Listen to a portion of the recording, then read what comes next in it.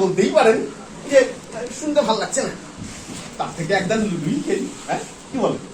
না মানে সত্যি কথা বলতে এই শীতের রাত্রে হঠাৎ করে এই সমস্ত বক্তৃতা সভা টভা একেবারে আটলাম, ঠিক আমারও তাই মনে হয়।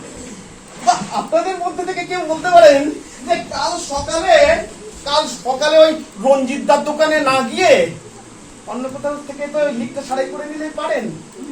পারি ওই রেখেছ বাঙালি করে।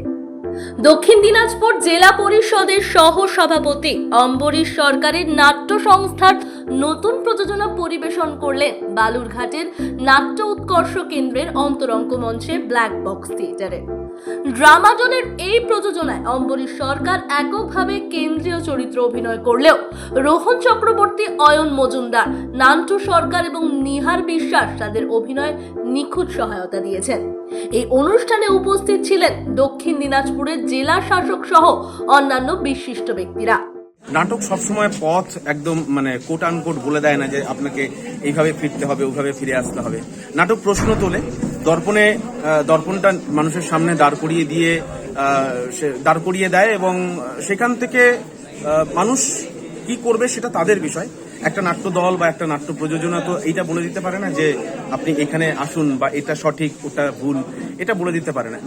নাটকের যেটা ভাষায় যেটা মনে হয় সেই মতো করে এক্সপ্রেস করার চেষ্টা করা হয়েছে, বাদবাকিটা মানুষ যেভাবে করে বিচার করবেন সেভাবে করে। চিরকালের একটা খিদে ছিল, ব্যস্ততার জন্য হয়ে উঠতো না, কিন্তু তার মধ্যে থেকে চেষ্টা করে একটা ফিরে আসা, এটা তো একটা অনন্য অনুভূতি। মানে যেটা বলছিলাম যে এই আগুনে মানে আলোর উত্তাপ আর হচ্ছে এই মঞ্চের যে একটা গন্ধ, এটা সবসময় টানে। বালুরঘাটে এর আগে আমি অভিনয় করা হয়নি সেভাবে, জেলাতে অভিনয় হয়েছে। আমরা এর আগে যখন দেবেশ চট্টোপাধ্যায়, অর্পিতাদি তাদের নির্দেশনায় হয়বাদন করেছি, সেখানেও অভিনয় করেছিলাম, কিন্তু মাঝখানে একটা বড় গ্যাপ ছিল। অনেকদিন পর ফিরে আসতে পেরে ভালো লাগছে।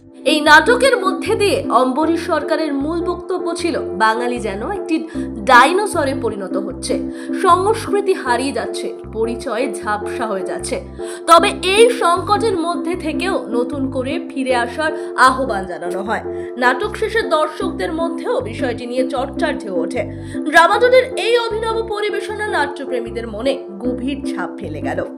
বালুরঘাট থেকে শঙ্কু কর্মকারের রিপোর্ট, আর ভেনম নিউজ।